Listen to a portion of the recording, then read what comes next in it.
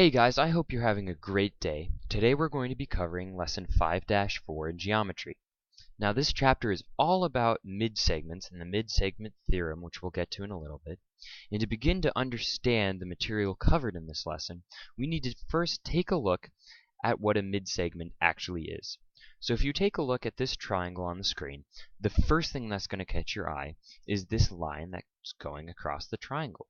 And what you'll notice about this triangle is that it's bisecting AB and it's bisecting BC because of these lines of congruency. That's going to make D the midpoint of AB and E the midpoint of BC. So simply put, a midsegment is a segment that connects the midpoints on a triangle, right? So this line, DE, is a midsegment. If you take a look at this triangle on the right, you can see that this triangle has three midsegments. All triangles have three midsegments. And it has one going from this side to this side to this side, and this side to this side. So let's go ahead and take a look at the midsegment theorem.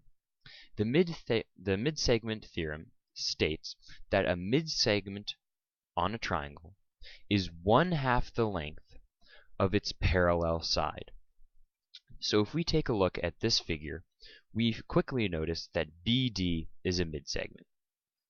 And we'll also notice that it runs parallel to the line AE. So because of the theorem we learned, we know that BD is equal to 1/2 the length of AE. So if we multiply by the reciprocals, we get 2 times BD, which is 8, equals AE. And we'll quickly concur that 16 is equal to AE. So we'll figure out that AE is equal to 16. If we take a look at this triangle, it shows us what most of the problems are like in the homework. Let's start off with the angles, because that's probably what we all don't like. So we'll get it out of the way first. If we take a look at this triangle, we'll notice that this angle, angle DFE, is equal to 30 degrees. We're asked to find the angle measure of angle FDC, this angle right here. We want to know what that is. So as we're pondering this, we know that there's not really a theorem that covers this, but there is a theorem that we've learned previously that covers this. So if we take a look at line AE, we'll recognize that it is parallel to CD. So we know that this is parallel. And then we see that line FD cuts through both of them, which is going to make this FD, this line, a transversal. So you can kind of imagine this line cutting straight through and this line cutting straight through.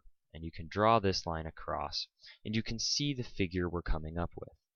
Now we know that alternate interior angles are congruent, and that's exactly what angle EFD and angle FDC are.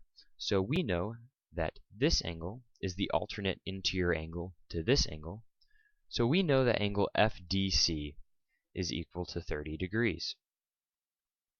Now we're asked to find the length of AB.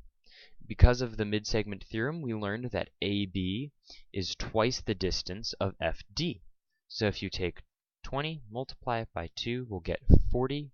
So we can quickly concur that AB is equal to 40 units long. Now we're going to take a look at the side BE. We'll choose a different color. We notice that these two sides are congruent. We'll also notice that the side BD is equal to 5. But we're being asked to find the total length. But because these two portions are congruent, we know that 5 plus 5, this is 5, that 5 plus 5 is equal to 10. So we know that BE is equal to 10. Now let's go over here and take a look at the final type of problem our homework covers. We see this variable, and we're asked to find what this variable is equal to. So we're trying to find n. Well, we know that this midsegment is 1/2 the distance of 40. So that means that 5n plus 10 is equal to 1/2 the distance of 40. That's going to give us 40 over 2, which is equal to 20.